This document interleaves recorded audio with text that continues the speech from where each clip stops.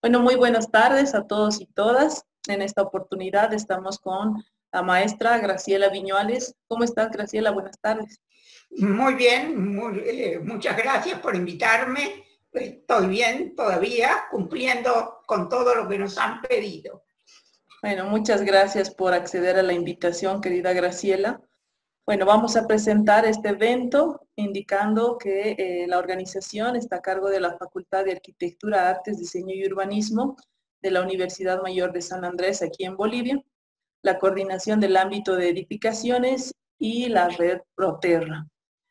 En esta oportunidad, como lo habíamos indicado, estamos con Graciela María Viñuales. Ella nació en Buenos Aires, es arquitecta por la Universidad de Buenos Aires, doctora en arquitectura por la Universidad Nacional de Tucumán, especializada en restauración en proyecto PER 39 UNESCO, temas de trabajo, historia de la arquitectura, conservación del patrimonio arquitectónico, arquitecturas de tierra y léxico de la edificación. Docencia en universidades de Latinoamérica y Europa, residencia en obras de restauración en Perú, Venezuela y Argentina, más de 50 libros y de un centenar de artículos en publicaciones periódicas de América y Europa. Investigadora principal del Consejo Nacional de Investigaciones Científicas de Argentina, y es jubilada, fundadora y vicedirectora del Centro de Documentación de Arquitectura Latinoamericana, CEDODAL, y directora de su Centro Barro, miembro de la Red Iberoamericana Proterra y Protierra de Argentina. Te damos la bienvenida, querida Graciela, y buenas tardes. Bueno, buenas tardes, muchas gracias por invitarme a esto y poder pasar a las nuevas generaciones algo de lo que yo pude aprender en todos estos, más de medio siglo que estoy trabajando en los temas. La idea de traer hoy esta conferencia, esta cuestión, es porque veo que muchas veces nosotros estamos hablando de los temas físicos de la construcción con tierra y muchas veces se nos escapan otras cosas que están relacionadas. Por eso no me van a oír a mí hablar del tamaño del adobe, de la granulometría o algo de eso, sino de otras cosas, de cómo enfocar cierto tipo de arquitecturas de tierra. Bien, como ustedes ven, he planteado la cuestión de la gestión en la puesta en valor de un edificio. Me interesa el tema de la gestión y la puesta en valor de un edificio que va más allá de un tema que tenga que ver con la cuestión física, material del edificio, porque va en la puesta en valor, en su valor completo, en su valor histórico, en su valor de patrimonial, en su valor de las personas que están relacionadas, que estuvieron en la historia relacionada con el edificio y las personas que se han ido encargando de su mantenimiento y inclusive de su trabajo de restauración. Yo quería hablarles fundamentalmente de algunos de los edificios que me tocaron a mí en el trabajo. El primero de ellos, que es donde yo realmente aprendí temas de arquitectura de tierra, aunque yo ya venía trabajando en eso, pero en este aprendí más en serio este asunto y además el asunto de cómo debe encararse una restauración. Cuando yo llegué a trabajar al Cusco, primero antes de llegar a trabajar, unos meses antes había estado de visita en el sitio y hacía 2 meses nada más que se había abierto esta obra. Estaba más o menos en el estado que ustedes ven a la izquierda. Se sabía que aquí había estado durante un tiempo muy importante el Colegio de San Bernardo, que había pertenecido a la Compañía de Jesús. Pero se sabía muy poco de él, muy poco de su historia, e inclusive como el colegio había sido fundado en 1619, se calculaba que ese edificio había albergado al colegio desde sus inicios y que además había sido construido como colegio.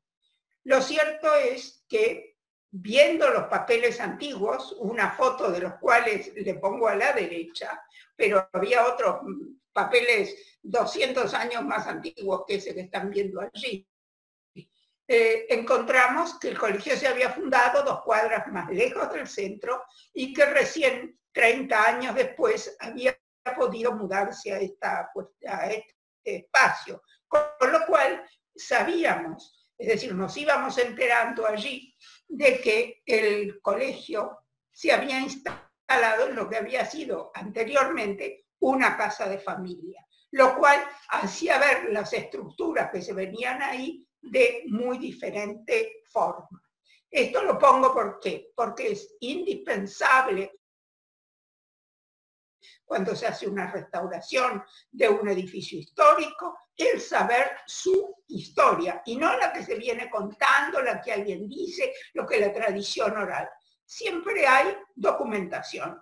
Si yo les contara las cosas de la vida que he sacado en conclusión, las cosas que he podido saber, no solo de este edificio, sino de muchas otras cosas, a través de documentación, que la gente decía que no existía y que yo con no mucho esfuerzo conseguí, quiero hacer ver que muchas veces esto se hace de manera un tanto negligente, dejada, se tienen 3 o 4 ideas y con eso se trabaja. Y eso es lo que hace que muchos edificios patrimoniales se pierdan o por lo menos se deformen muy grandemente. Entonces, lo primero que tenemos que saber es que nosotros, antes de tocar nada, deberíamos hacer un estudio histórico.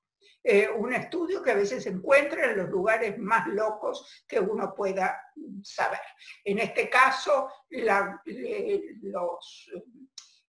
mayoría de la documentación estaba en el archivo del Cusco, en el archivo departamental del Cusco, aunque otras cosas como este papel que yo les estoy mostrando, este libro que les estoy mostrando a la derecha, estaba en el archivo del arzobispado, pero fue un documento que encontramos bastante después. Hay que tener en cuenta que también uno puede encontrar fotos viejas de distinto tipo, que no hacen en realidad a este tema que les estoy hablando del Colegio San Bernardo, sino a otros en los que me tocó trabajar. Entonces, una foto de una inundación nos hace saber, por ejemplo, en qué cantidad de la humedad que tenía esta casa pertenecía a una inundación, a un hecho fortuito y de corta duración, y no un tema de una humedad continua, sino de un momento especial. En este otro caso tenemos acá una foto de la iglesia de Pisa, de la cual no queda nada porque se ha hecho una nueva hacia la derecha, pero esta es una foto de un matrimonio que a principios de los años 40 hizo su viaje de novios al Cusco y sacó esa foto sin ningún interés arquitectónico, sino un poco tradicional, digamos así, por encontrar un poquito cómo eran las cosas en ese momento. Esta foto, que acá la muestro muy chiquita, en la realidad que se pudo escanear con muy buena resolución, nos hizo conocer todas las pinturas murales que se ven detrás de esos arcos, por ejemplo. Una foto que estuvo tomada sin ninguna intención patrimonial, digamos así, sino turística. También nos encontramos que en algunos lugares, esto por otro trabajo que yo hice de investigación sobre patrimonio industrial, hay planos de cosas que se hicieron o que no se hicieron, o que se hicieron pero un poquito diferentes. Entonces estos planos de ferroprusiato, estos famosos planos de fondo azul, nos dan una serie de datos interesantes cuando tenemos que evaluar un patrimonio, como me tocaba en ese momento a mí, de un puerto militar. También está el caso de que muchos planos vienen con firmas. Entonces la firma, la fecha, todos esos son detalles que nos sirven a nosotros para ir avanzando. También otra fuente interesante son las tarjetas postales, como la que vemos acá abajo a la derecha, de un edificio que hay en la Ciudad de Buenos Aires, que todavía se conserva, que tenía esta pista interna para probar los autos Chrysler, que ahí vemos Palacio Chrysler, etc. Y que, bueno, que esta postal que tenían ellos como propaganda sirve para saber cómo estaba ese edificio en los años 30. También el otro tema son las revistas gráficas que tanto hubo desde finales del siglo XIX y principios del XX, en donde encontramos fotos o grabados o dibujos inclusive a veces de ciertas situaciones que nos dan una idea de cómo estaban algunos edificios o algunos lugares en cierto momento. Como esto sale en publicaciones periódicas, uno puede tener una idea bastante acotada de la fecha a la cual pertenecen estos gráficos, estas imágenes. Cosas que en la postal uno puede pensarlo, pero no tiene mucha certeza. Volviendo a nuestro caso de San Bernardo del Cusco. Aquí a la izquierda, arriba, vemos una foto tomada hacia 1940, cuando el edificio se había convertido en sede del municipio. En un momento, el municipio de la ciudad de Cusco, que estaba en el Cabildo, decidió reformar bastante el edificio del Cabildo, modernizarlo, acomodar algunas cosas que no estaban en buen estado, y se mudó acá al Colegio de San Bernardo. Y después, con el tiempo, no llevó todas sus oficinas de vuelta al Cabildo, sino que quedaron algunas. Entonces, lo que vemos aquí es un edificio que se estaba utilizando para ciertas funciones municipales. Por ejemplo, acá se gestionaban las patentes de los autos. Ustedes vieron al principio que yo tenía una foto más o menos de los años 70 en donde toda esta parte de aquí había desaparecido. No estaba ya el reloj, en fin, una serie de cosas.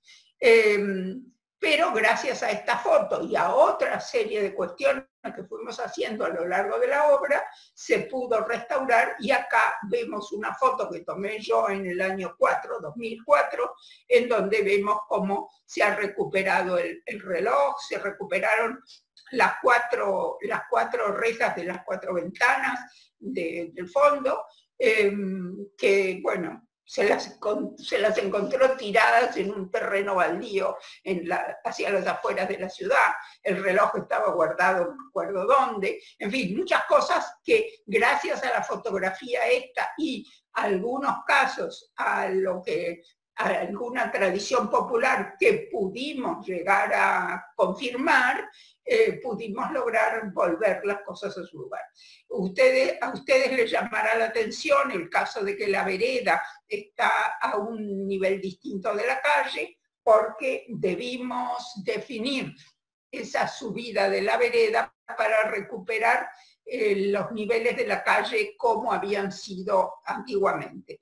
Esos niveles en los años 20 del siglo XX, hacia 1920, 1924, cuando se ponen los tranvías en el Cusco, la calle se alisa, digamos así, para que no tenga esa especie de escalón, y el edificio estaba en peligro, tenía partes de su cimiento que estaban al aire. Entonces se hizo eso. Pero miren cómo la foto antigua no sirvió para avanzar en esto. Estas fotos son tomadas en los años 70, cuando, así como estaba la oficina de las patentes de auto, también empezó a entregarse el interior de este edificio a los barrenderos de la ciudad. Ahí tenían sus carritos y empezaron a vivir ahí adentro. la gente empezó a vivir ahí adentro y a cocinar, por supuesto, ahí adentro. Entonces no encontró nada mejor que ir rompiendo el edificio y tomando esas maderas para hacer fuego y cocinar. Allí se fueron maderas del siglo XVII, inclusive puede haber algunas del siglo, de finales del siglo XVI también. Y bueno, poco a poco ese edificio se fue desarmando. Estas fotos son más o menos del año entre 70 y 72. Y aquí también se ve en esta de abajo que acá hay una fuente. Cuando yo entré a la obra esa fuente ya no estaba. Y tampoco estaban todas estas cosas en pie.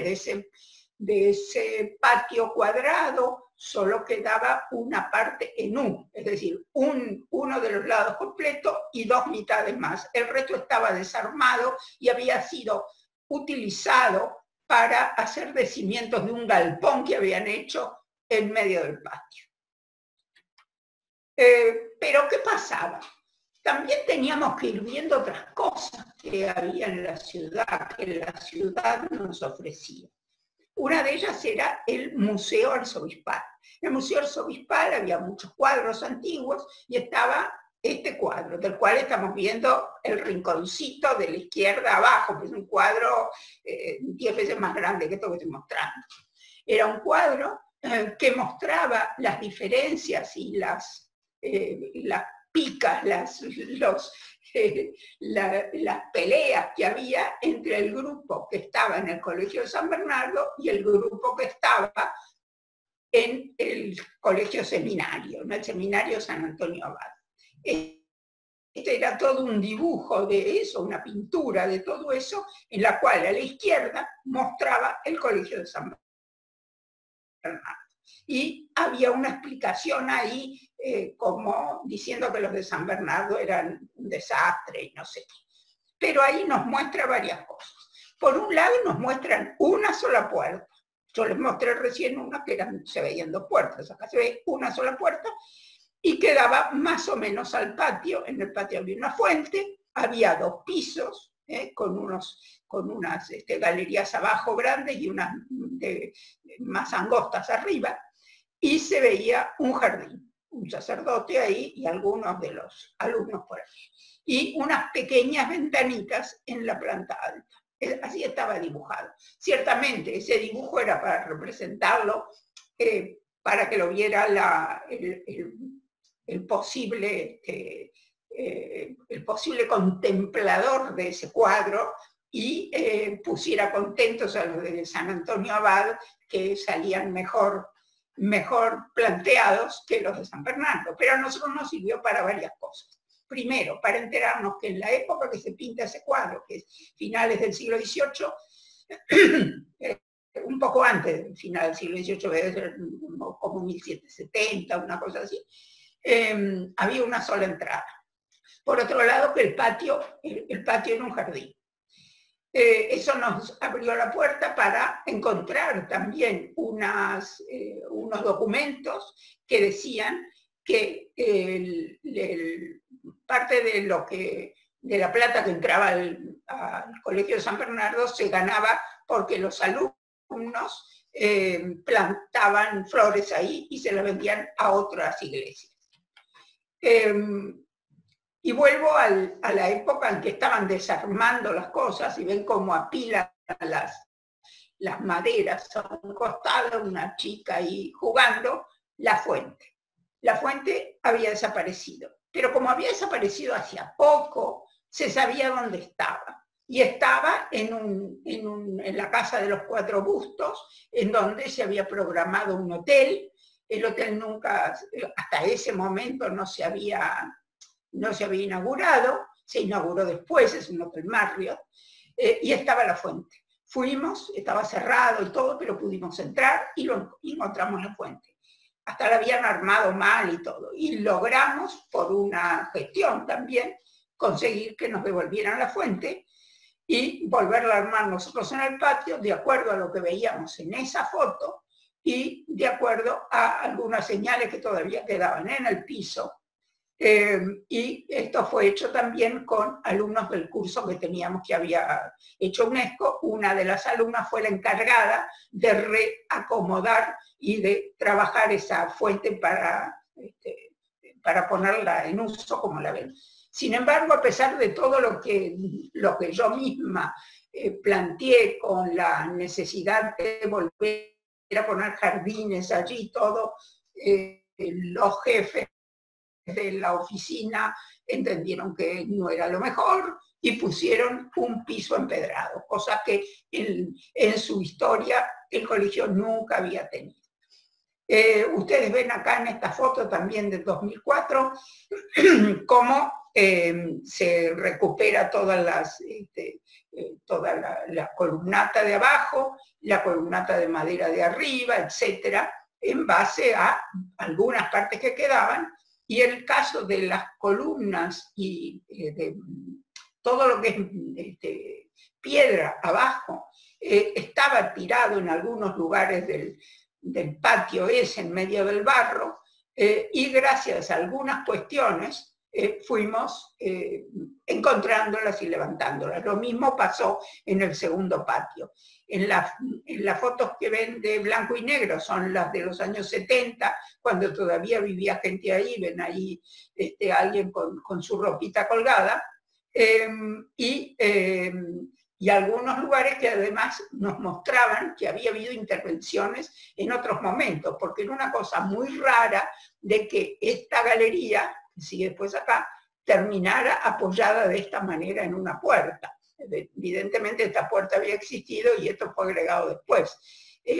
Esto se restauró y hoy lo que se le hizo fue ponerle esta parte de vidrio arriba para utilizar mejor esa zona a la que no le da el sol y que puede, si no, como esto ahora son oficinas, iba a ser muy difícil de hacerle un buen mantenimiento y tener un buen clima dentro de esas oficinas. Lo de abajo, como ven, es lo que hay hoy, lo que se ha recuperado.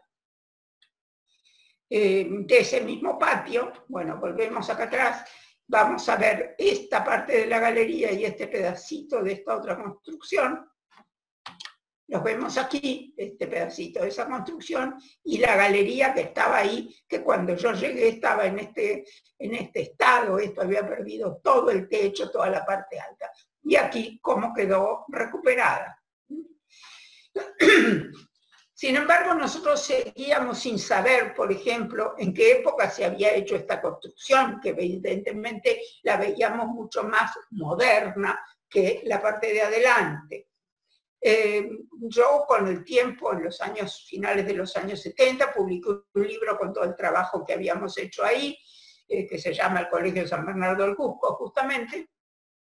Sin embargo, como yo quedé un poco enamorada de esa obra, seguí encontrando cosas, algunas las encontré yo, otras mi marido las encontraba y me las pasaba, y así pude saber hace muy poco cuándo, cómo y por qué se había hecho ese edificio, este edificio que simula, bueno, es en parte piedra, pero que simula un trabajo de cantería que no es tal, es una mezcla de cosas. Nos llamaba la atención cuando estábamos haciendo eso, algunos detalles que veíamos en el suelo, cuando se levantó el suelo, o algunas cimentaciones que hoy no servían para nada, etc. Bueno, nos enteramos que después que se habían ido, que se fueron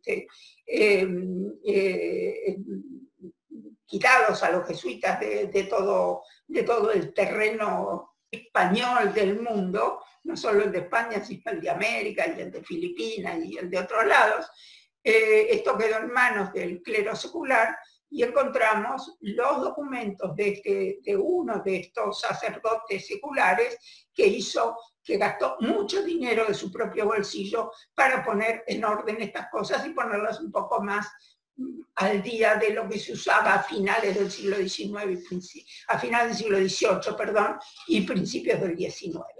Esto es una cosa que la hemos publicado el año pasado, porque, bueno, la historia nunca se termina. Nadie puede decir que esta es la historia definitiva de cualquier cosa. Todo sigue, la historia sigue andando y seguimos descubriendo cosas.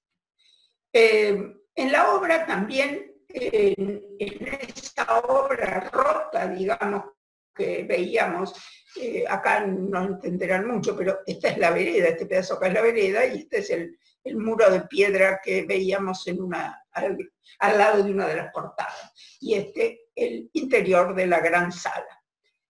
Aquí veíamos todas unas cosas, unas formas de construir distintas que las que conocíamos. Eran dos líneas alrededor de la puerta, dos muros de piedra y adentro un relleno con piedra bruta o con otras cosas. Pero ese mismo sistema también se hacía con parte del adobe, porque había parte que también había dos paredes de adobe y adentro un relleno. No era una pared monolítica, digamos así.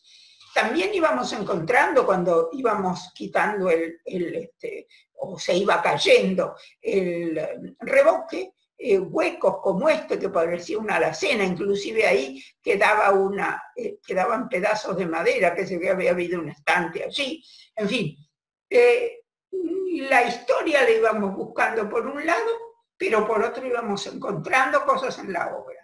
La historia nos ponía preguntas y nosotros encontrábamos respuestas en la obra. O la obra nos ponía preguntas que teníamos que ir a encontrar la respuesta a los archivos. Era una ida y vuelta continua. Inclusive, como les digo, hoy la obra está hace ya muchos años en uso, desde finales del siglo XX está en uso, y sin embargo seguimos encontrando documentación. Así que la historia no es un librito que se entrega antes de empezar la obra y de ahí se define. No, es un ida y vuelta continua. En ese ida y vuelta continuo también iban apareciendo estas cosas rarísimas de agregados, es decir, esto se ve que aquí hubo una rotura y alguien, en vez de volver a poner piedras de este tipo, que era lo que aquí seguramente hubo, rellenó de cualquier modo, o puso estas otras piedras pero no las enganchó bien con este otro muro. Por otro lado, aquí nos encontrábamos, que habíamos visto en el interior del colegio, y nos encontrábamos con huecos de vigas o de otras cosas acá que no sabíamos lo que era. Eso ya estando en obra, por suerte, pudimos lograr saber que lo que era la gran capilla que daba al frente, este sacerdote seglar que puso tanto dinero y hizo tantas cosas allí, le había comprado un par de habitaciones, planta baja y planta alta, a unas señoras que vivían al lado, y entonces había agrandado y estirado la capilla. Entonces, si uno iba a la casa de al lado, se encontraba con que toda esta forma de construir de acá, que no tenía nada que ver con la construcción del viejo colegio, en realidad era igual a la que había en la casa de la señora que estaba ahí atrás. Aquí atrás seguía la casa de la señora, tenía este mismo sistema de trabajo. También nos íbamos encontrando con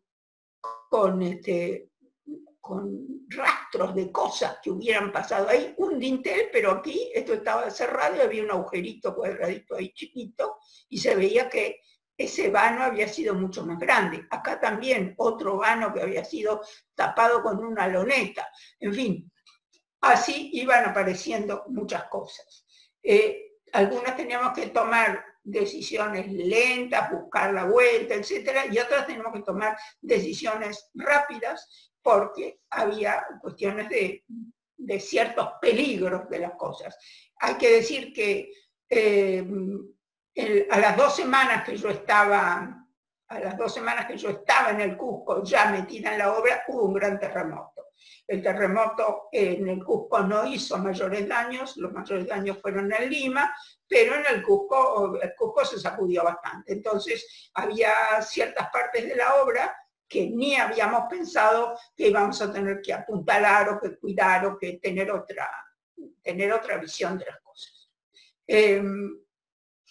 Después, ya trabajando, tuvimos que hacer un cerramiento acá, porque esa pared que estaba rota y todo, estaba sobre la vereda, y ahí ese era uno de los problemas digamos, de derrumbe que podría haber sobre la gente. Entonces, pero a pesar de que uno les pedía en la esquina que fueran de la vereda de enfrente, la gente venía por esta vereda y pues salía a la calle, como se ve en la foto.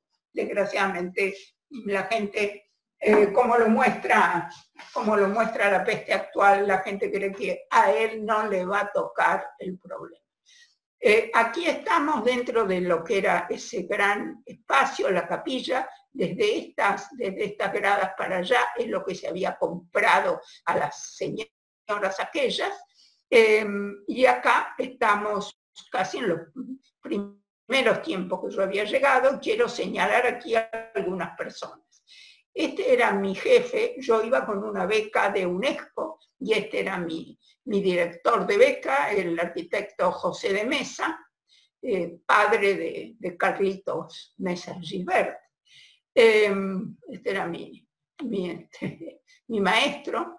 Este era el arquitecto Pedro López de Romaña, de Arequipa, fue mi gran compañero en aquel trabajo, en los primeros tiempos. Desgraciadamente hace unos años falleció, así que, bueno, fue una amistad que duró más allá del Cusco, pero que Dios me la quitó. Y el maestro García.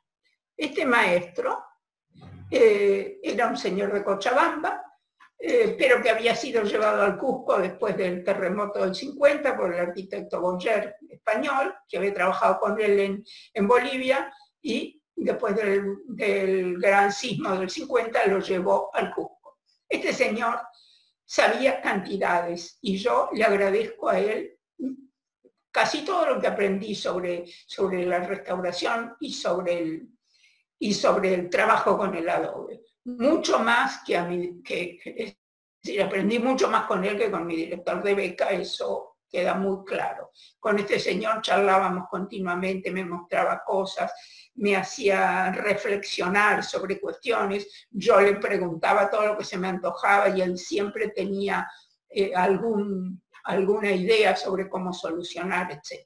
Así que acá está mi recuerdo de esas tres personas tan ligadas a ese trabajo mío en San Bernardo del Cusco. Esta foto, que fue tomada por el doctor Enrique Marcodorta, un gran amigo que también se fue, que nos visitó en el Cusco, estuvo mucho allá con nosotros dando clases, y bueno, me regaló esta foto que había sacado un día que estábamos ahí en la obra. La obra ya estaba empezando a levantarse, como ustedes ven, las columnas que antes habían sido quitadas, y lo que quería mostrarles sobre todo era acá. Todos estos adobes fueron hechos con los adobes rotos, con todo ese barro que estaba ahí tirado de adobes que se habían ido rompiendo a lo largo de los años, y lo pisamos en obra, se pisó a pie, y se hicieron los nuevos adobes. El ichu para agregar a la mezcla fue recogido por los mismos obreros de la obra, dirigidos por el maestro García, y todo se hizo allí, todo era a pura mano. A esos adobes se les puso la fecha, 1975, ven ustedes, porque se dijo, posiblemente algún día, si viene otra restauración, viene otro sismo, lo que sea, que no sean confundidos con los adobes coloniales, porque en realidad estamos haciendo adobes con las mismas características, los mismos tamaños, etc. Si eso se va a dar en la posteridad, en un futuro va a haber una restauración en el año 2050, no sé, pero, y si se va a notar que hay allí una fecha, tampoco sé, pero es un regalo que uno le hace a quienes van a seguir en esto. Todo se trabajaba de manera muy artesanal, de manera muy sencilla, pero a veces las cosas eran dificultosas. Esta es una foto exótica, esa soy yo cuando era joven, y ahí tengo un pedazo de mampostería de adobe, del lado de acá, de donde no se ve la foto, en el lado de atrás, un montón de pinturas murales. Al hacer el trabajo y al desmontar pedacitos que había, la foto esa que les mostré al principio terminaba más o menos por acá, ¿no? Lo que quedaba era este pedazo de un muro que estaba en bastantes malas condiciones, que tuvimos que deshacer por cuestiones de seguridad. Pero al ir sacando, íbamos muy despacio, y en un momento se encontró que ahí había un pedazo de mampostería de adobe con una pintura mural. Eso, más allá de encontrar una pintura mural, que era interesante, teníamos gente que trabajaba especialmente en la obra para la restauración de la pintura mural, indicaba también que a esa altura había habido una ventana que nunca habíamos tenido conocimiento de ella. Entonces se decidió dejarla. Entonces se armó todo un andamiaje, como se ve aquí, ¿no es cierto? Todo un andamiaje para sostenerlo en donde estaba, es decir, sostenerlo en donde estaba y desarmar lo otro, y hoy día está metida desde la calle, no se ve, pero desde adentro sí se puede ver ese pedazo con lo que quedó de aquella ventanita antigua, suponemos que anterior al gran cambio que hizo el sacerdote que tanto dinero puso ahí arriba. Como ustedes ven también, todo el andamiaje y todo son, aquí abajo vamos a ver caña abierta para hacer lo que da a la calle para cuestiones de seguridad de los peatones, y todo lo demás son cañas o troncos de eucalipto. Eso es todo lo que vamos a utilizar en esto. Esta parte que les estoy mostrando acá era una parte que estaba por acá, más o menos. Sí, más o menos por aquí debe haber estado.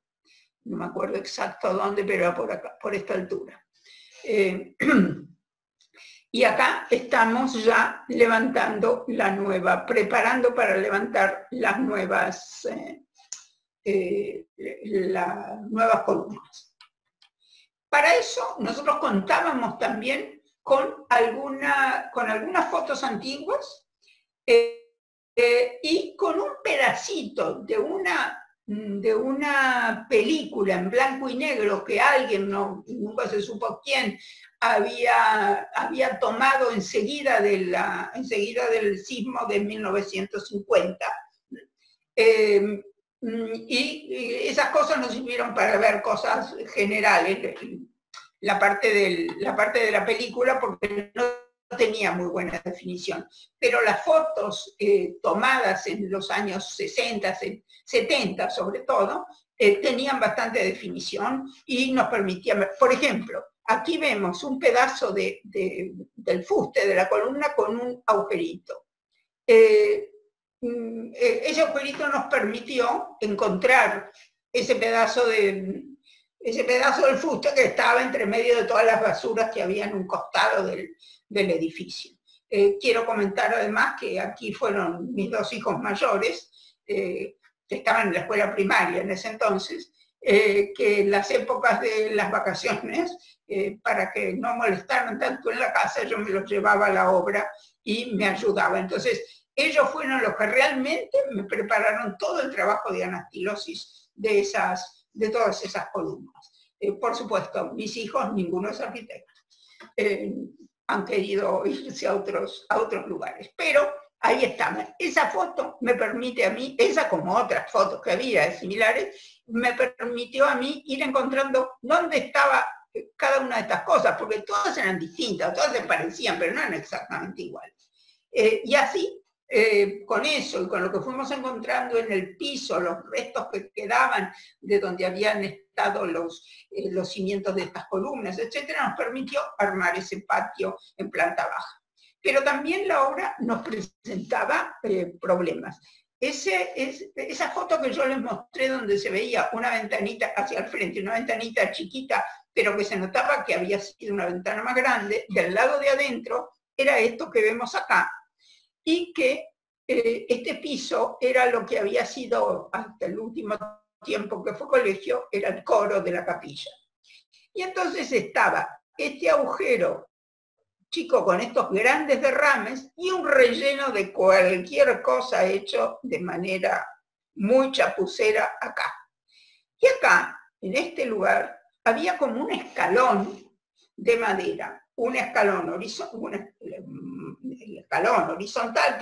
que servía casi para pararse y mirar por la ventana, y un frente.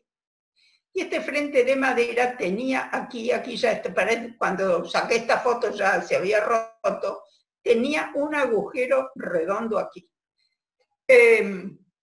Y ahí estaba lleno de papeles viejos, después nos dimos cuenta que había sido un nido de ratas, pero había pedazos de papeles del siglo XVIII o anteriores, inclusive cosas ahí que se ve que estas ratas iban carcomiendo archivos que había en el edificio que se los iban poniendo ahí. Pero claro, todos decían, ¿qué es esa madera con ese agujero redondo? Sin embargo, ya en los primeros momentos en que yo había ido encontrando documentación, había sabido que en una de las salas que había enseguida de entrar al colegio hacia la mano derecha, había habido una sala de truco. El truco era un juego no como el que jugamos ahora en la Argentina con cartas españolas, sino que el truco era una especie de billar, algo que se parecía al billar, que incluso está documentado bastante. Si uno va al diccionario Espasa lo encuentra perfectamente documentado con dibujo y todo. Una mesa larga con unas bolas y al fondo una madera con un agujero redondo y con unos palos que se golpean esas bochas y que hay que hacerlas o bien saltar por encima de la madera o bien hacerlas entrar por el agujero. El que las entra por el agujero tiene un puntaje altísimo.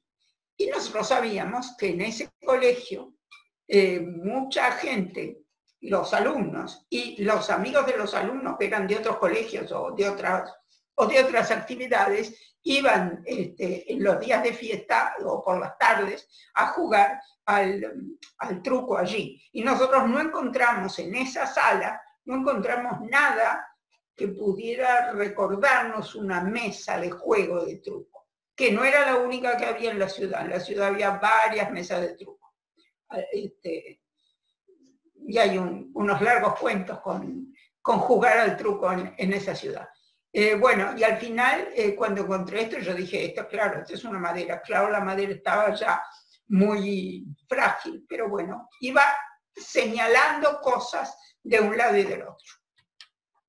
Y ahora quiero pasar a otras cosas en las que no me tocó trabajar, pero sí me tocó observar, porque yo ando por allí y a veces tengo buenos amigos, inclusive en esto me llevó un alumno en la provincia de Córdoba, en la Argentina, el lugar que se llama La Calera, era un espacio que también había pertenecido a los jesuitas, que estaba, cuando yo fui a visitarlo, en este estado que ustedes ven. El frente ya estaba todo mal, se ve que en algún momento, supongo que habrá sido en el siglo XX, puede haber sido en el XIX también, alguien le agregó un revoque que aparentemente tenía cemento, y por supuesto el revoque, esta parte es la que señalo acá en esta otra foto, el revoque hacía como una tabla y adentro iba cayendo todo el agua y estropeando todo, entonces el estado de aquello era imposible. Si uno ahora va por Google y pone imágenes, La Calera, Córdoba, se encuentra con esta capillita toda perfectita hoy. Pero no sé cuánto va a durar, porque las intervenciones aquí han sido terribles.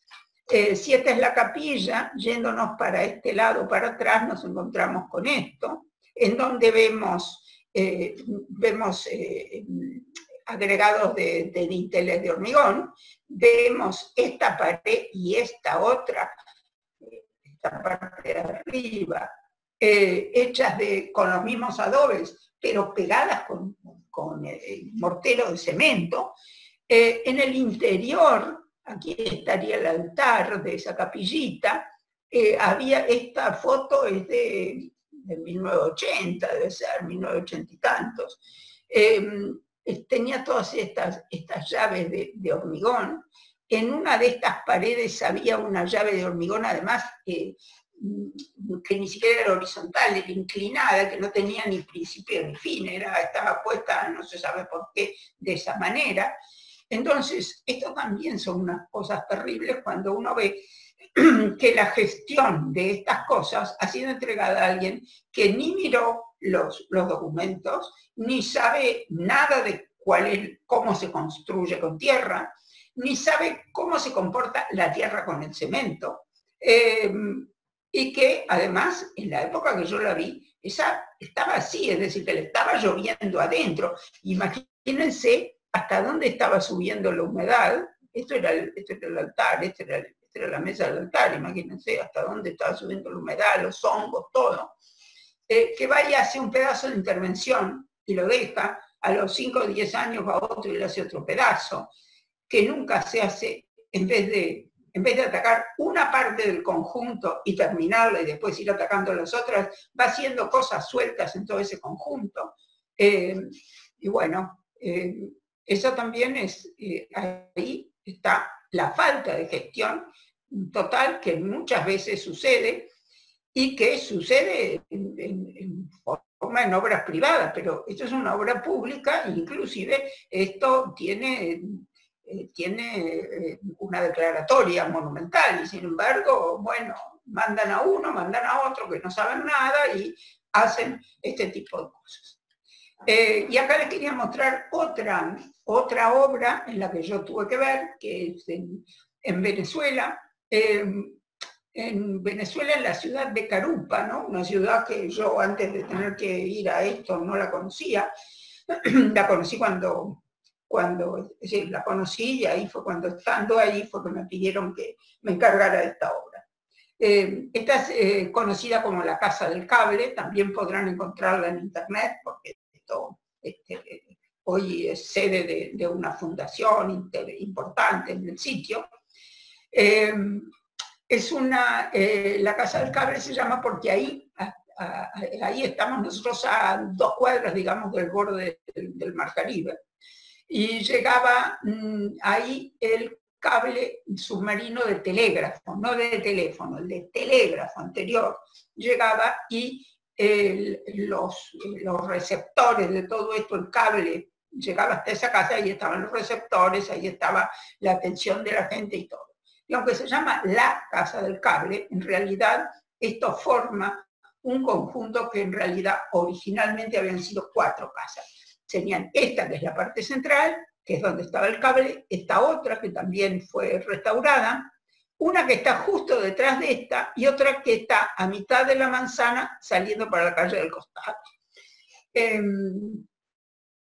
Yo llegué ahí cuando esto estaba, eso de plantas ni se veía ni existía, y muchas cosas estaban muy rotas, muy estropeadas y todo, y la había comprado una gente que yo conocía, y quería restaurarla. Y estaba a cargo de eso un señor muy bien intencionado, pero que le costaba mucho entender ciertas situaciones de qué era una restauración y cómo se trabajaba cierto tipo de cosas. Yo la seguí durante el año 92, 93 y hasta principios del 94, creo que llegué a ir, y no terminé todo el trabajo, hice una buena parte, pero fui quien levantó los planos, yo levanté los planos completos de la casa, de las 4 casas, y di las órdenes generales para ir adelante con esto. Aquí sí, como eran obras particulares y que se habían convertido en una especie de gran conventillo en ese momento, el cable duró muy poco tiempo porque por una cuestión de de un golpe de Estado que cortaron al cable. Entonces quedó ese nombre, pero en realidad sus servicios no habían sido muy largos. Entonces esto fue primero una especie de hotel de pueblo y después se fue subdividiendo y vivía mucha gente ahí. Cuando yo llegué todavía había alguien que vivía en alguno de esos lados. Y entonces yo hice todo un trabajo ahí. ¿Cuáles son las formas de construcción de esto? Fundamentalmente la casa está hecha en bareque, es decir, una especie de quincha, es decir, una tierra con un entramado importante, interesante, con madera, algo de caña, pero fundamentalmente es madera y ramas, y que tiene en la parte superior, como ustedes ven, una parte de madera, y hacia atrás, aquí, en esa parte del principal de la casa, así como ven ustedes estas tres puertas, esto nos está mostrando aquí una entrada con un zaguán y el desemboque en un patio. Y estos dos dan entrada a otras dos salas. Entonces, en ese patio central, hacia el lado izquierdo, hay una que aquí se alcanza a ver por arriba.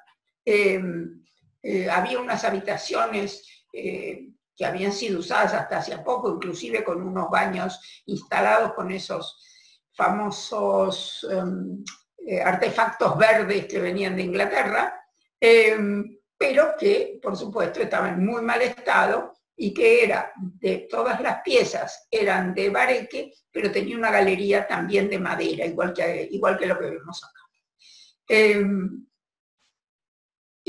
Ahí yo tuve que trabajar, pero yendo y viniendo. Yo vivía en el Chaco, así que para ir tenía que salir de Resistencia, la ciudad de Resistencia, a Buenos Aires, de Buenos Aires a Caracas, de Caracas a Carúpano, y ahí ponerme a trabajar. Era un poco complicado el tema, pero más o menos lo fuimos siguiendo hasta un momento en que yo ya no pude seguir más, pero había dejado muy encaminada la obra y la terminó gente de la misma fundación que está ahí, algunas personas que entendían un poco más de este asunto. Yo dejé mis indicaciones y siguieron. Aquí también, como en toda obra particular, se hace difícil el encontrar documentación buena del edificio. Sí encontramos bastante documentación y pudimos saber de toda la historia del cable, de todo eso, que por qué de un día para el otro el cable no había funcionado más. Entonces, bueno, ahí supimos todo este tema político. Pudimos saber algunas cosas más de la ciudad, de la vida de la ciudad, de qué había significado esa casa en la ciudad. Estamos frente a la plaza, que ha sido la plaza fundacional, aquí a la izquierda, y esa gran sombra que vemos es esta gran sombra que vemos acá es la de la iglesia. Y sabíamos cosas así, pero de la propia casa había poco y nada. Así que nos tuvimos que limitar a ir encontrando las cosas que la obra propia nos ofrecía. También hubo un problema un poco dificultoso con la mano de obra. La mano de obra no estaba acostumbrada a trabajar en restauración, era mano de obra nueva, pero sabía de bareque, sabía de madera. Pero por otro lado era gente muy descuidada.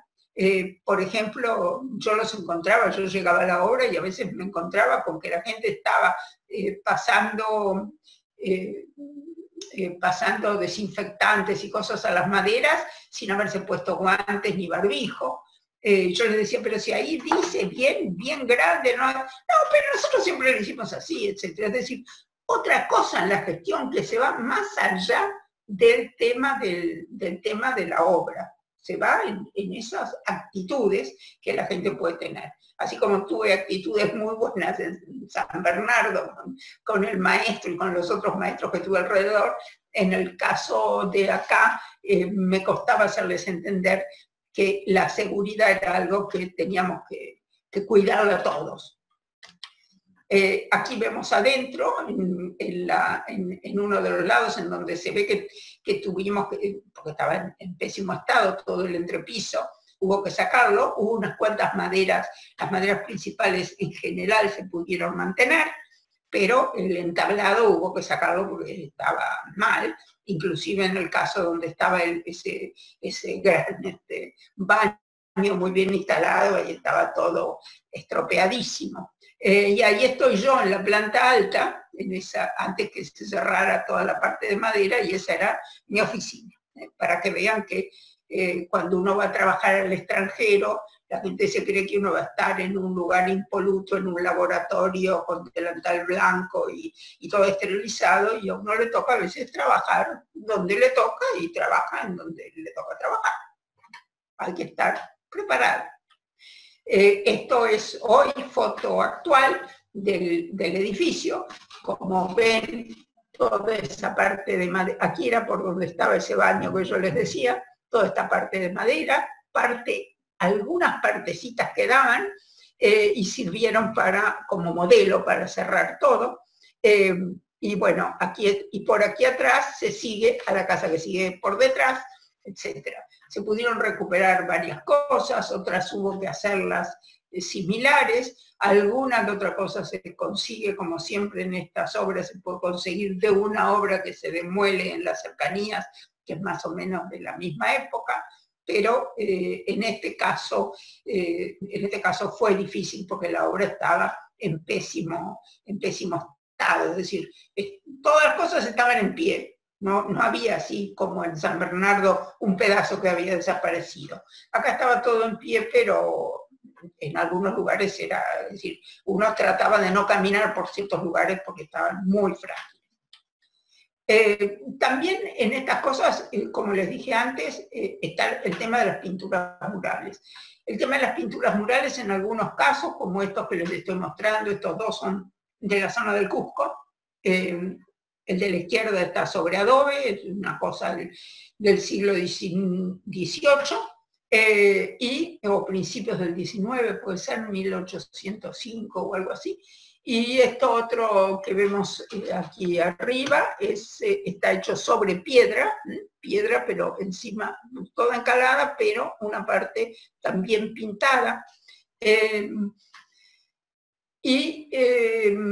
Estas cosas, algunas se han mantenido, otras se han perdido y otras han sido estropeadas especialmente. Una de las cosas, y que ahora con el tema del COVID han vuelto a aparecer, la idea de que la cal mata a los bichos. Entonces hay que ponerle cal por encima a todo para que los microbios se mueran. Entonces nosotros, así como encontramos lugares como este, en donde la pintura mural estaba en pie, estaba a la vista, etc., en otros lados estaba tapada, en otros lados estaba picada para agregar un revoque, para que el revoque se adhiriera bien, la habían picado por pedacitos para que ese revoque nuevo de cal tapara. Inclusive llegamos a encontrar, y esto fue la investigación de mi hijo mayor, encontramos que en un lugar habían a una pared de adobe con pintura mural le habían agregado por el lado de adentro de una capilla otra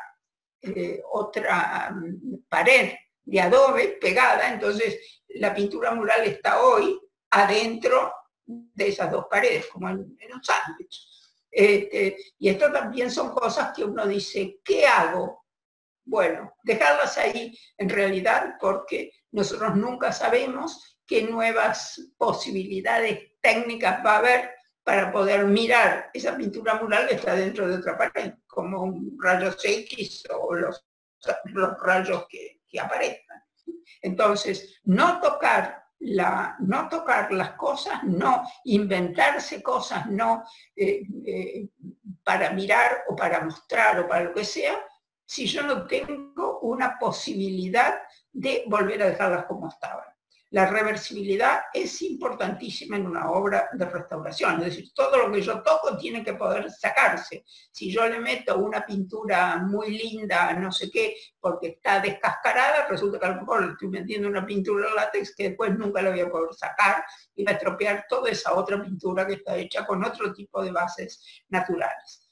Esto, más allá de la arquitectura, va a los objetos muebles, en donde muchas veces las imágenes de los santos las pintan. Inclusive el otro día leí una que había una imagen pintada con pintura de auto, una imagen de una virgen, no sé, porque la gente las quiere tener lindas.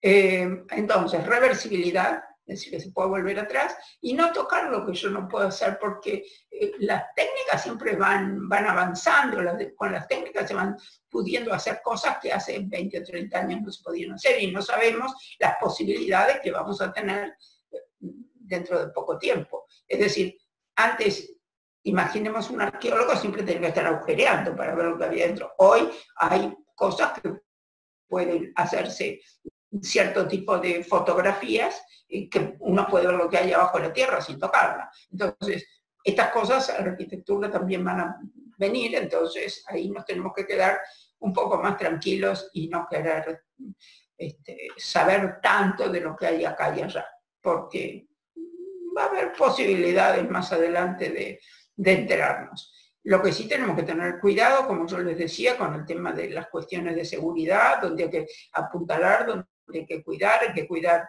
al obrero que está trabajando adentro, cuidar al transeúnte que pasa por la vereda o por la calle, en fin, ese tipo de cosas sí. Pero siempre lo menos invasivo que podamos ser. Y también las cosas que van pasando, gracias a Dios van pasando. Yo les muestro acá una foto, esta violácea de aquellas épocas. Esa foto la tomamos en los años 60, en los años 60, de una iglesia, la iglesia de Los Molinos, en los valles calchaquíes, en el noroeste argentino. Y nosotros sabíamos, porque habíamos visto dibujos, que, bueno, esta era una iglesia particular. Nosotros la foto está sacada desde la iglesia, que era una iglesia particular de un señor que había sido gobernador de la provincia en la época colonial y que tenía su gran finca allí, que era esta que está enfrente, que era una finca muy grande con sus patios, sus varios patios, sus plantaciones de ají, sus plantaciones de papa, sus plantaciones de uva, porque el tipo hacía vino también, y que este señor en un momento parece que se hizo masón y entonces le impidieron entrar a la iglesia. Entonces se había hecho una piecita alta que le permitía oír misa mirándola desde allí, y que el cura entonces daba la misa en el balcón del coro, es decir, hacia afuera, como una especie de capilla abierta. Pero cuando nosotros llegamos, la piecita ya no estaba más, había estado acá, no. Nosotros encontramos esto en este estado, y no les muestro las fotos de lo que veíamos adentro, y todo lo que se había perdido de lo que nosotros habíamos visto por la documentación antigua. Pero gracias a Dios, en algún momento, en los años 90, un descendiente de esta familia recuperó porque eso ya había pasado a otras manos, recuperó el sitio y ha hecho un hotelito. Y es lo que vemos acá. Es decir, esta puerta que vemos acá medio mal hecha, es esta puerta. Recuperó lo que venía acá arriba, que es esto, hizo de nuevo la escalera con su entradita y todo, de acuerdo a a mucha documentación que había. No es lo que a uno le gusta ponerse a reconstruir en base a documentos antiguos, prefiere uno en general en un monumento histórico no hacerlo, pero esto no tenía no tenía una declaratoria patrimonial, esto era particular, y el señor decidió volver a ser el lugar en donde se metía su antecesor para oír la misa desde allí. Y este es el patio adentro, es decir, esto es del otro lado de esta puerta, aquí se ve muy lejanamente, la foto no es nada buena, se ve lejanamente esa iglesia con las dos torres, y esta es la puerta entrando, este es el patio, esta es la piecita alta, y bueno, aquí muestra algunas de las comodidades que tiene. Si alguno tiene ganas, está en Booking.com, así que puede ir a verla, cómo la han recuperado y restaurado. Y internamente tenía una serie de cosas también bastante interesantes que este muchacho las recuperó, así que sí, está... hoy pueden ir a visitarlo. La zona es además muy agradable. Y aquí tenemos una cosa que yo siempre muestro también, muchas veces en otras presentaciones he mostrado esto, que es todo el trabajo que hay en todo el cerco que rodea la iglesia, que es todo un trabajo de tierra moldeada a mano, ¿no? Moldeo directo. Entonces aquí quedan mis ideas claves. Que la restauración tiene un carácter excepcional, que es preferible ir manteniendo y no llegar a la restauración.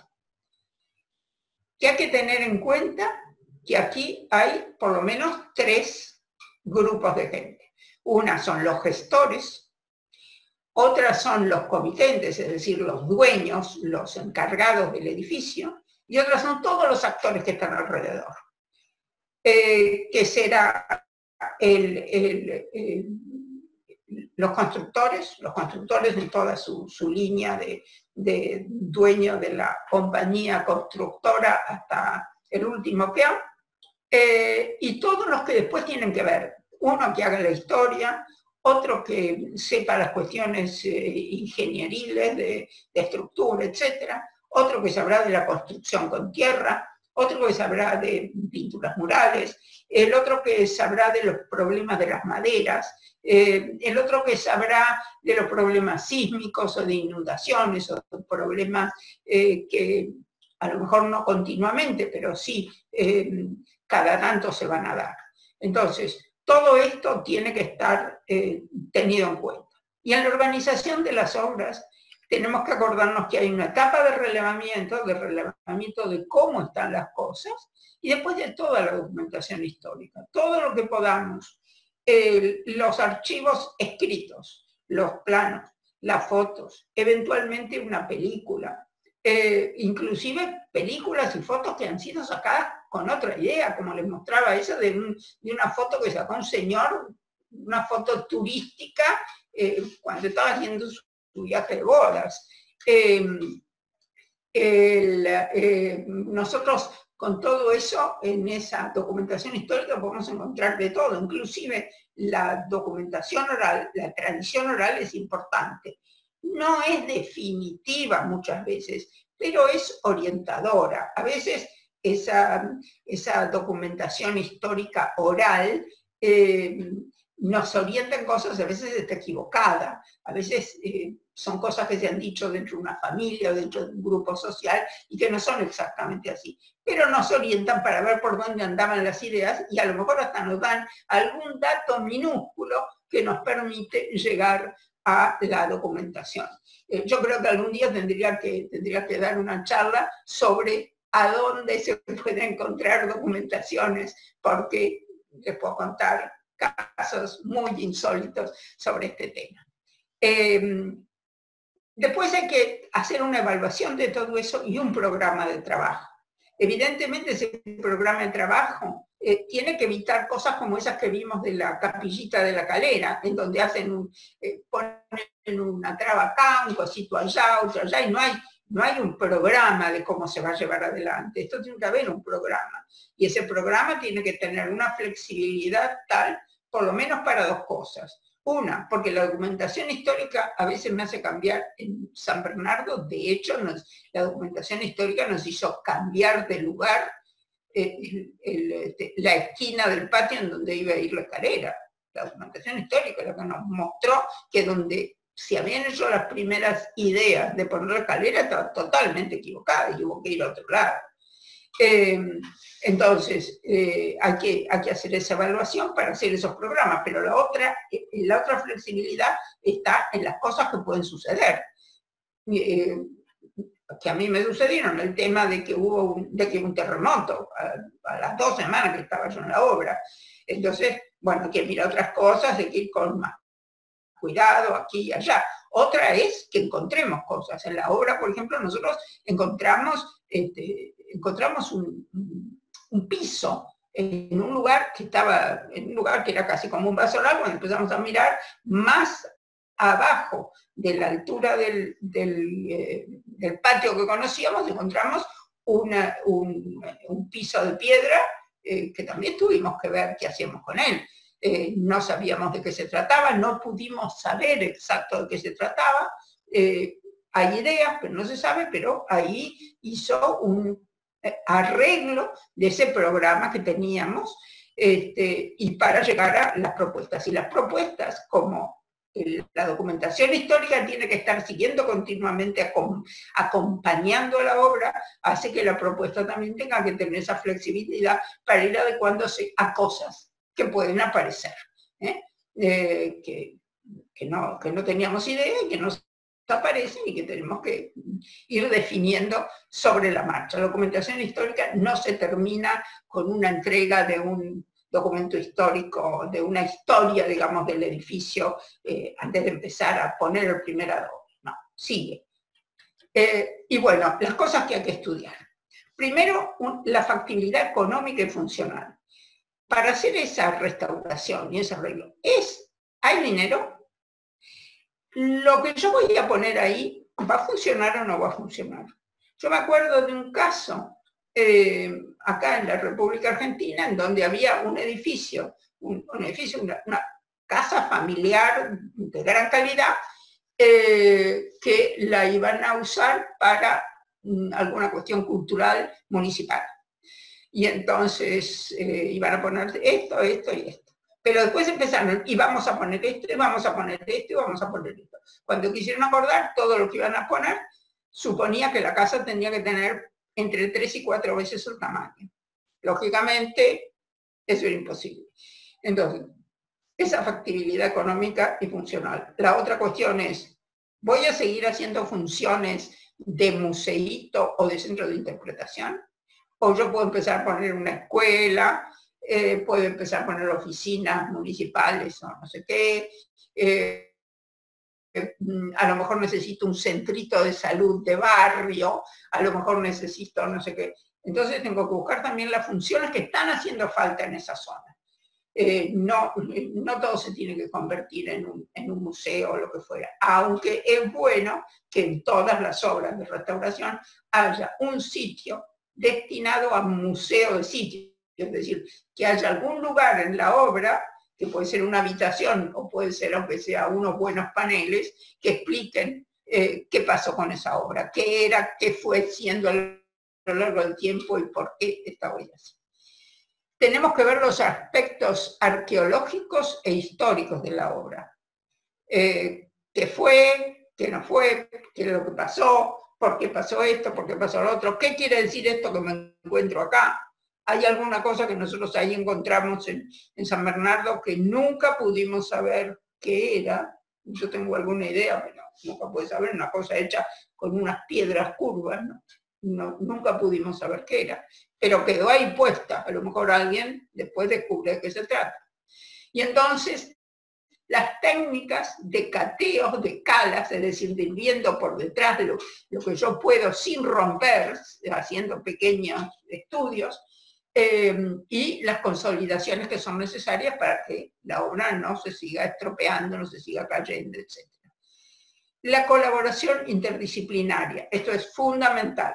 Nosotros los arquitectos hemos sido formados muchas veces como que somos el director de orquesta y que todos los demás que están alrededor nuestro nos tienen que hacer caso a nosotros, directores de orquesta.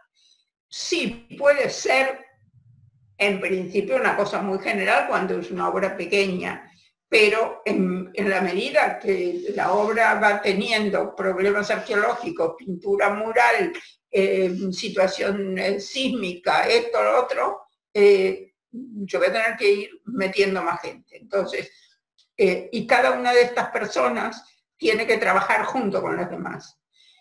A mí me tocó una vez hacer un plan de manejo de un sitio arqueológico en donde hubo una persona, hubo varios que les costó hacer la interdisciplina, pero hubo una persona que concretamente entregó su trabajo suelto, no quiso cruzarse con lo que iban diciendo los demás. Y a mí no me gustó nada, pero a esa persona no la había elegido yo, me la habían elegido y yo tuve que quedarme con esa persona que hizo un trabajo muy bueno, pero que no tenía cruce con los otros aspectos del trabajo. Y hay que considerar esos restos arqueológicos que quedan para ver si son para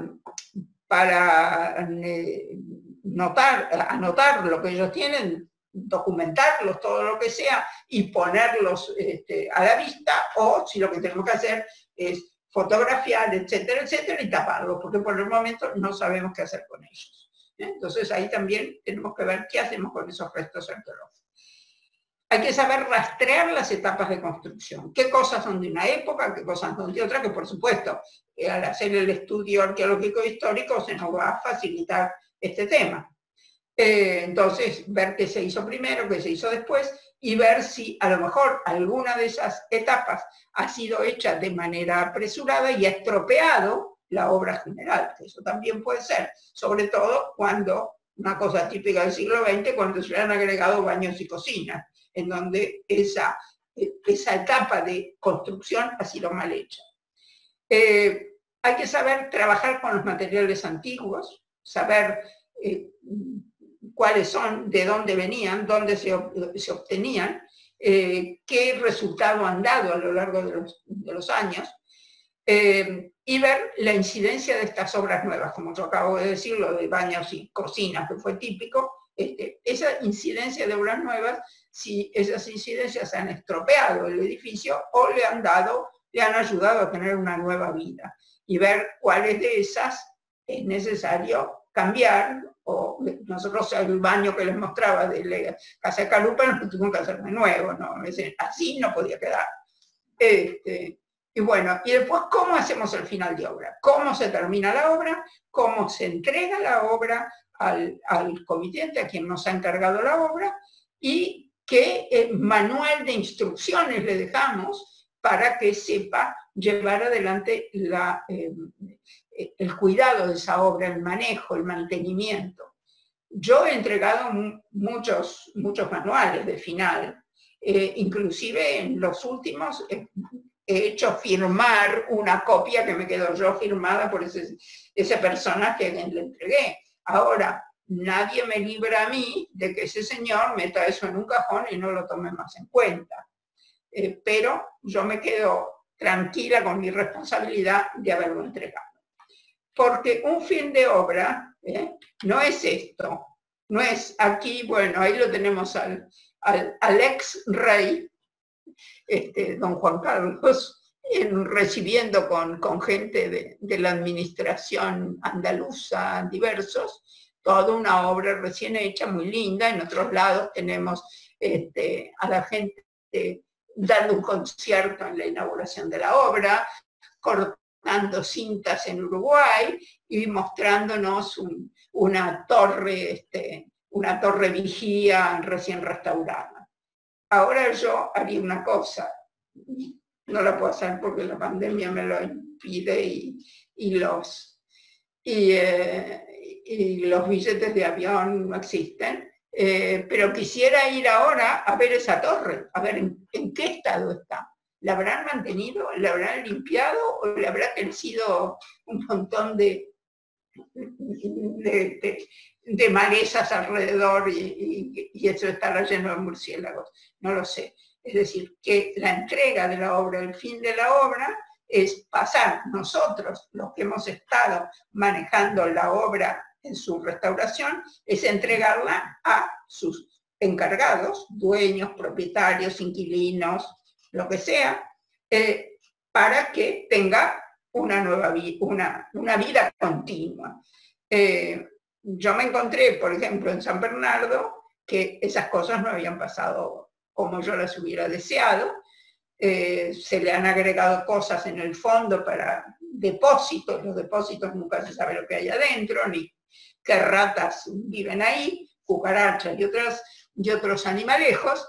Y además, las pinturas murales que con tanto cuidado se habían restaurado, por ejemplo, en lo que había sido el antiguo comedor del Colegio San Bernardo, la gente que es en una oficina ahora apilaba papeles y cosas apoyándolas contra esas pinturas murales. Y a mí me daba pena. Yo entré a ese lugar, todos muy amables, todos muy bien, todos, bueno, todos me recordaban de la época que yo había estado trabajando allí, todo muy genial y muy amistoso, pero yo veía que el cuidado de aquellos trabajos tan delicados que se habían hecho brillaba por su ausencia. Así que, como ven, trabajar en una obra de adobe, una obra de bareque, una obra de tierra en general, y en una restauración es una cosa que la hacemos lo mejor que podemos, pero aunque nosotros pensemos, hagamos nuestra gestión y todo, tenemos que de algún modo buscar la forma, que es muy difícil, de conquistarnos a quien va a quedar a cargo para que esa persona haga que esa obra siga y tenga esa vida futura que nosotros tanto pensamos en la época que estuvimos trabajando en cada una de ellas. Nada más. Bueno, muchas gracias, Graciela. Realmente muy, muy lindo tu trabajo de ver esas casitas prácticamente desahuciadas a la vida que les has devuelto, ¿no? Con todo el trabajo que se ha hecho. Y lo único que te voy a pedir es que podamos responder las preguntas que seguramente van a llegar y vamos a dejar aquí el link abajo. Gracias nuevamente, Graciela. Bueno, de nada, yo muy contenta de poder transmitir a la gente joven todas esas cosas que pude ir haciendo en la vida. Gracias. Los esperamos entonces